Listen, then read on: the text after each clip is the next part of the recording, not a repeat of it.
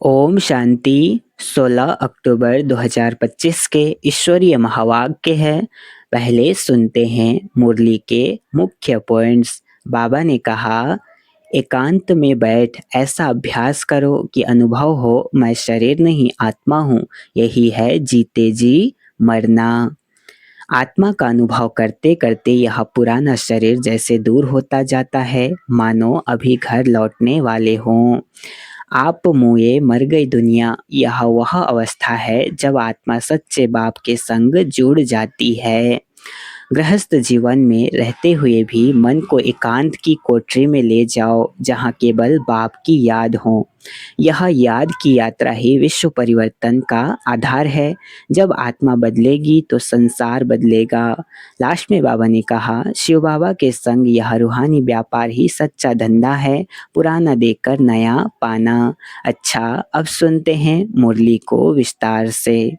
मुरली का सार। मीठे बच्चे, एकांत में बैठ अब ऐसा अभ्यास करो जो अनुभव हो मैं शरीर से भिन्न आत्मा हूँ। इसको ही जीते जी मरना कहा जाता है।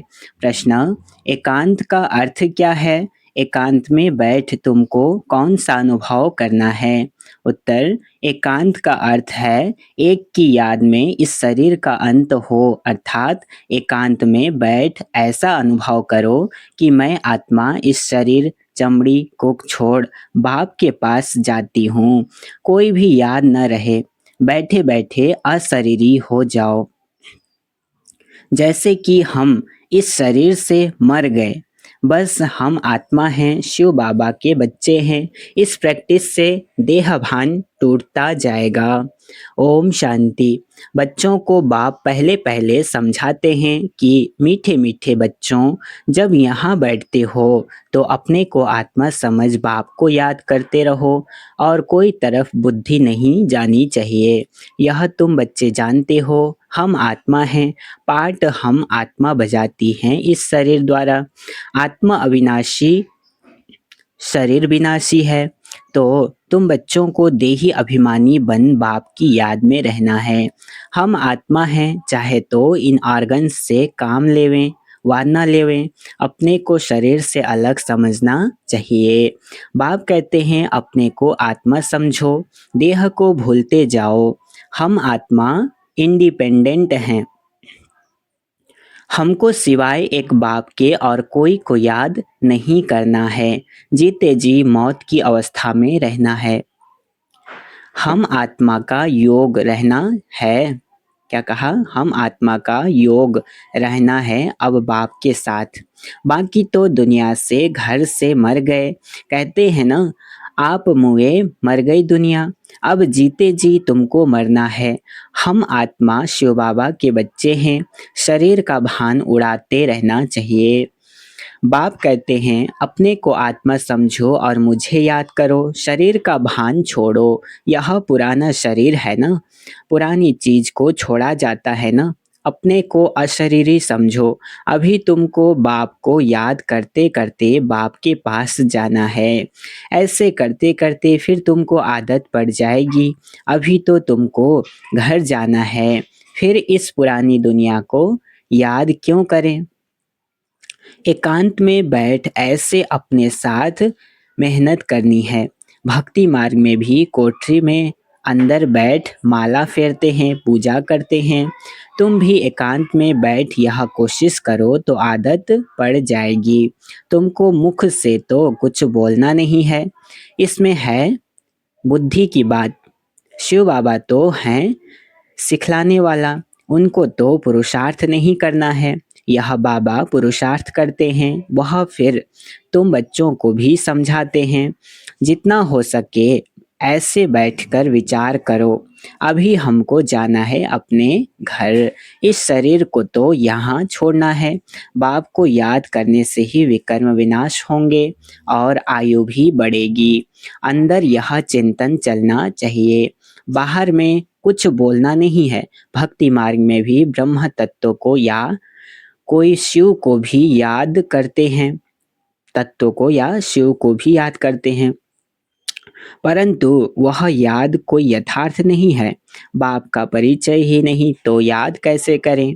तुमको अब बाप का परिचय मिला है। सवेरे सवेरे उठकर एकांत में ऐसे अपने साथ बातें करते रहो, विचार सागर मंथन करो, बाप को याद करो।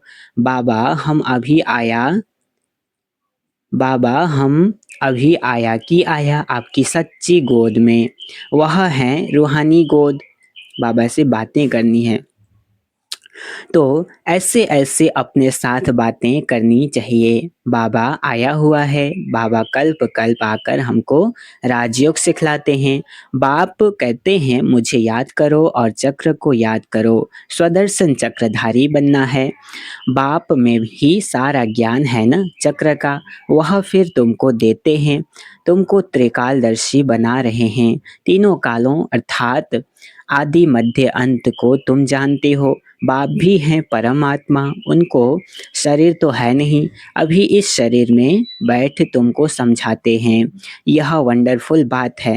भागीरथ पर विराजमान होंगे तो जरूर दूसरी आत्मा है।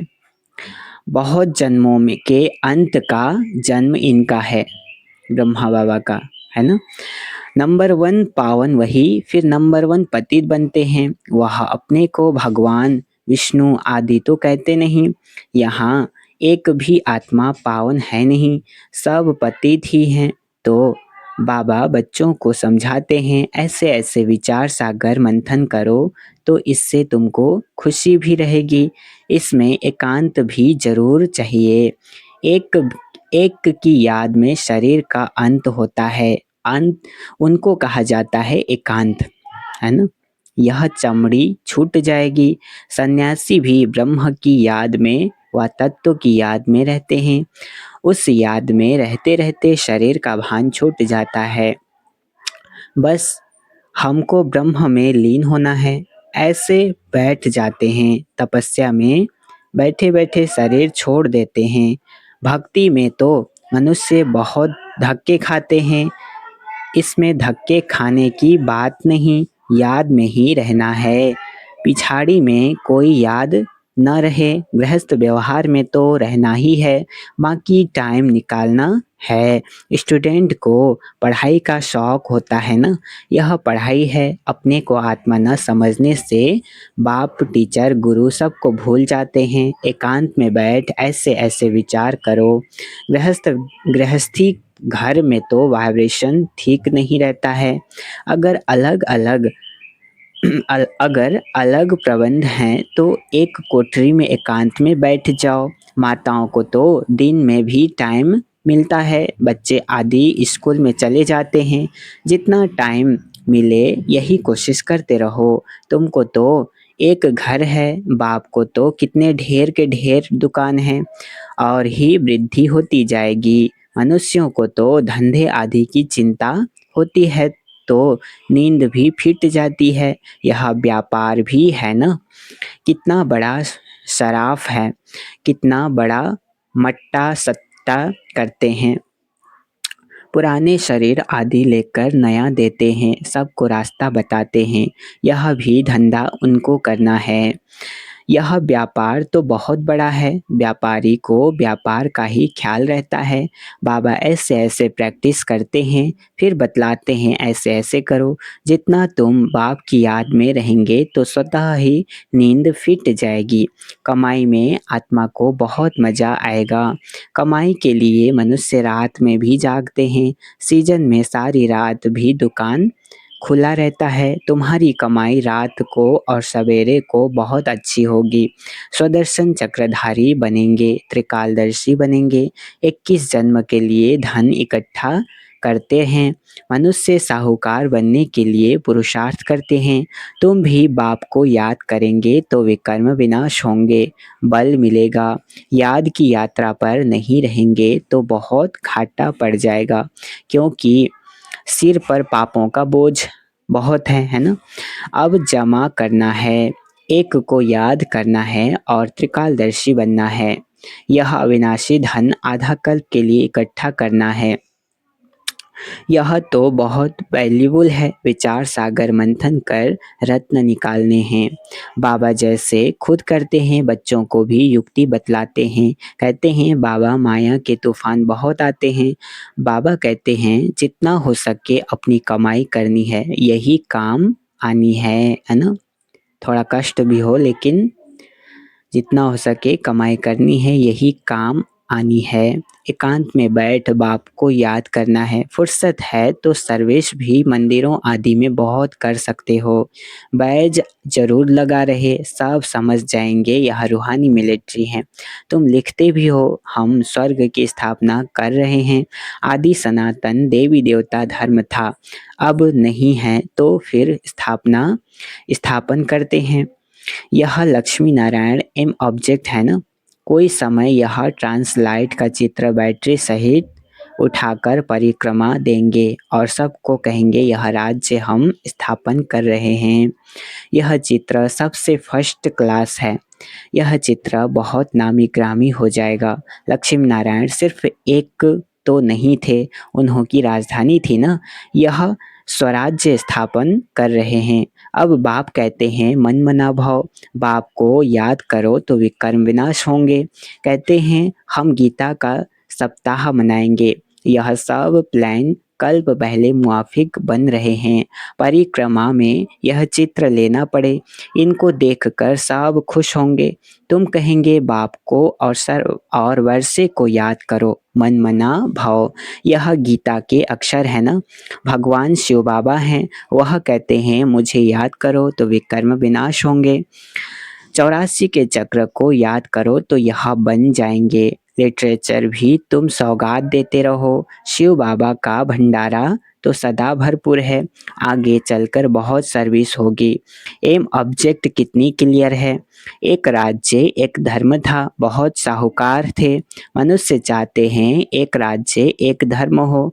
मनुष्य जो चाहते हैं सो अब आसार दिखाई पड़ते हैं। फिर समझेंगे यह तो ठीक कहते हैं। 100% पवित्रता सुख शांति का राज्य फिर से स्थापन कर रहे हैं। फिर तुमको खुशी भी रहेगी। याद में रहने से ही तीर लगेगा। शांति में रहा, थोड़े अक्षर ही बोलने हैं, जास्ती आवाज नहीं। गीत कविताएं आदि कुछ भी बाबा पसंद नहीं करते। बाहर वाले मनुष्यों से रीस नहीं करनी है। तुम्हारी बात ही और है। अपने को आत्मा समझ बाप को याद करना है बस। स्लोगन भी अच्छे हों जो मनुष्य पढ़कर जागें। बच्चे वृद्धि को पाते रहते हैं, खजाना तो भरपूर रहता है। बच्चों का दिया हुआ फिर बच्चों के काम में ही आता है। बाप तो पैसे नहीं ले आते हैं, तुम्हारी चीजें तुम्हारे काम में आती हैं। भारतवासी जानते हैं हम बहुत सुधार कर रहे हैं। 5 वर्ष के अंदर इतना अनाज होगा जो अनाज की कभी तकलीफ नहीं होगी। क्या कहा? भारतवासी जानते हैं हम बहुत सुधार कर रहे हैं। 5 वर्ष के अंदर इतना अनाज होगा जो अनाज की कभी तकलीफ नहीं होगी। और तुम जानते हो ऐसी हालत होगी जो अन्न खाने के लिए नहीं मिलेगी, है ना। सरकारें तो ऐसे बोलते हैं, लेकिन बाबा के बच्चे जानते हैं कि ऐसी हालत होगी जो अन्न खाने के लिए नहीं मिलेगा। ऐसे नहीं अनाज कोई सस्ता होगा। तुम बच्चे जानते हो हम 21 जन्म के लिए अपना राज्य भाग्य पा रहे हैं। जितना भी यहाँ डेवलपमेंट करें फिर भी नहीं हो पाएगा, है ना। अब सृष्टि जर्जरी हो चुकी है।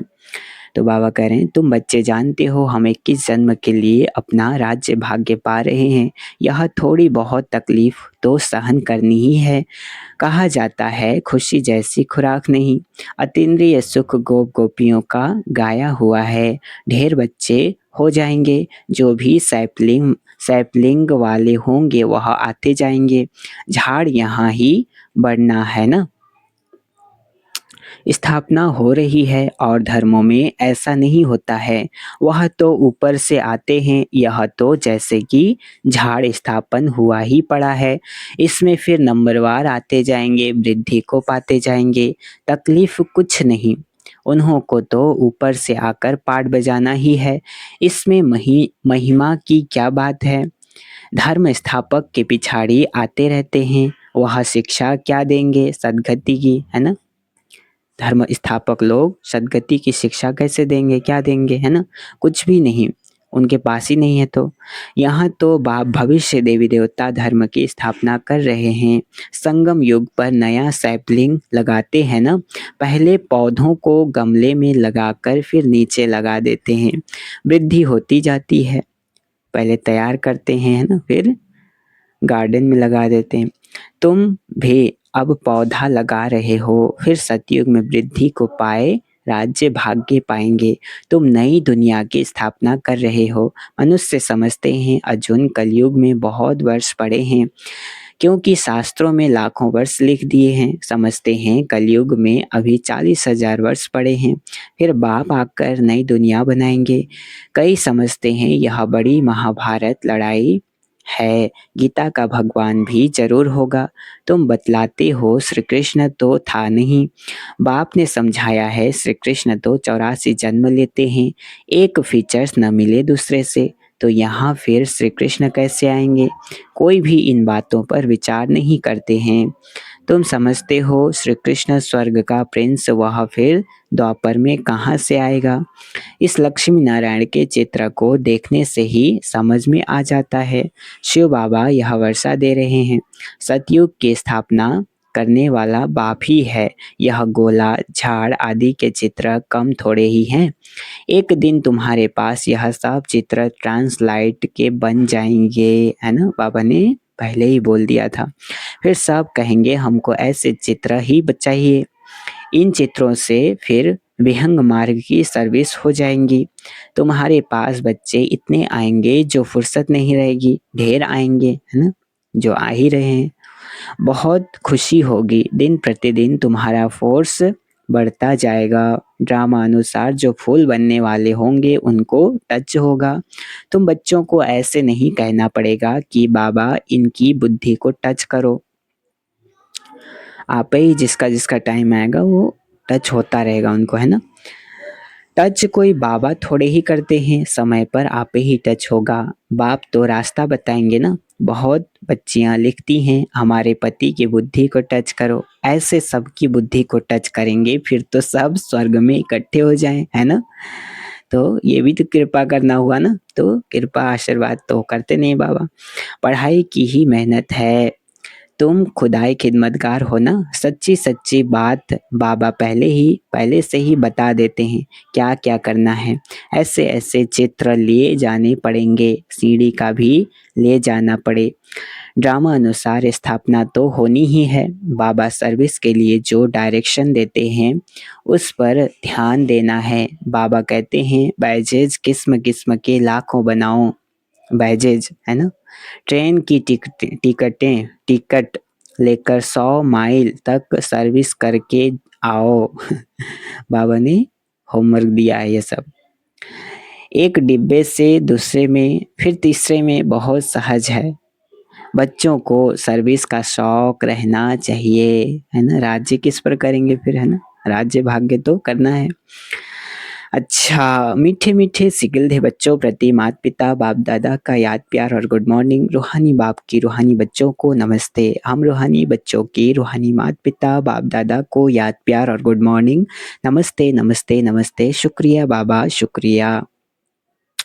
धारणा के लिए मुख्य सार है, पहला पॉइंट, विचार सागर मंथन कर अच्छे अच्छे रत्न निकालने हैं। कमाई जमा करनी है, सच्चा सच्चा खुदाई खिदमतगार बन सेवा करनी है। दूसरा, पढ़ाई का बहुत शौक रखना है। जब भी समय मिले एकांत में चले जाना है। ऐसा अभ्यास हो जो जीते जी इस शरीर से मरे हुए हैं, इस स्टेज का अनुभव होता रहे, है ना। बाबा ने यहीं से प्रैक्टिस की बात बताई कि यहीं से करना है। ऐसा अभ्यास हो जो जीते जी इस शरीर से मरे हुए हैं, है ना, भान ही न रहे, इस स्टेज का अनुभव होता रहे, देह का भान भी भूल जाए। वरदान है आज का, अपने मूल संस्कारों के परिवर्तन द्वारा विश्व परिवर्तन करने वाले उदाहरण स्वरूप भव। क्या कहा? अपने मूल संस्कारों के परिवर्तन द्वारा विश्व परिवर्तन करने वाले उदाहरण स्वरूप भव। मूल संस्कार तो है ना, सब कुछ है, 7 गुण 8 शक्तियाँ है ना, ये सब मूल चीज़ें हैं, तो इसको इमर्ज करना है। क्या कहा? अपने मूल संस्कारों के परिवर्तन द्वारा विश्व परिवर्तन करने वाले उदाहरण स्वरूप भव। विस्तार, हर एक में जो अपना मूल संस्कार है, जिसको नेचर कहते हो, जो समय प्रति समय आगे बढ़ने में रुकावट डालता है, उस मूल संस्कार का परिवर्तन करने वाले उदाहरण स्वरूप बनो, तब संपूर्ण विश्व का परिवर्तन होगा। वो मूल स्वरूप नहीं है हमारा असली, तो जो बाबा ने दिया है वो है ना, तो मूल संस्कार आपका वो नहीं है जो आपको तकलीफ दे रहे हैं, तो उसको चेंज करना है, परिवर्तन करना है। अब ऐसा परिवर्तन करो जो कोई यह वर्णन न करे कि इनका यह संस्कार तो शुरू से ही है ना। जब परसेंटेज में अंश मात्र भी पुराना कोई संस्कार दिखाई न दे, वर्णन न हो, तब कहेंगे यह संपूर्ण परिवर्तन के उदाहरण स्वरूप हैं। स्लोगन है, अब प्रयत्न का समय बीत गया, इसलिए दिल से प्रतिज्ञा कर जीवन का परिवर्तन करो। क्या कहा? अब प्रयत्न का समय बीत गया, इसलिए दिल से प्रतिज्ञा कर जीवन का परिवर्तन करो। कर रहे हैं, कोशिश कर रहे हैं, प्रयत्न कर रहे हैं, बोलते हैं ना, तो ये समय बीत गया, अब क्या करना है? दिल से प्रतिज्ञा करो, दृढ़ प्रतिज्ञा करो और जीवन का परिवर्तन करो। अव्यक्त इशारे स्वयं और सर्व के प्रति मनसा द्वारा योग की शक्तियों का प्रयोग करो। जैसे साइंस प्रयोग में आती हैं तो समझते हैं कि साइंस अच्छा काम करती है, ऐसे साइलेंस की शक्ति का प्रयोग करो, है ना। उसका तो प्रयोग हो रहा है इसलिए समझ रहे हैं, लेकिन आप साइलेंस की शक्ति का प्रयोग करो। इसके लिए एकाग्रता का अभ्यास बढ़ाओ। एकाग्रता का मूल आधार है मन की कंट्रोलिंग पावर, जिससे मनोबल बढ़ता है। इसके लिए एकांतवासी बनो, है ना, अंतर्मुखी बनो, एकांतवासी बनो। बाबा ने बोला समय मिले तो शांति में जाओ और मंथन करो, है ना। अच्छा, ओम शांति।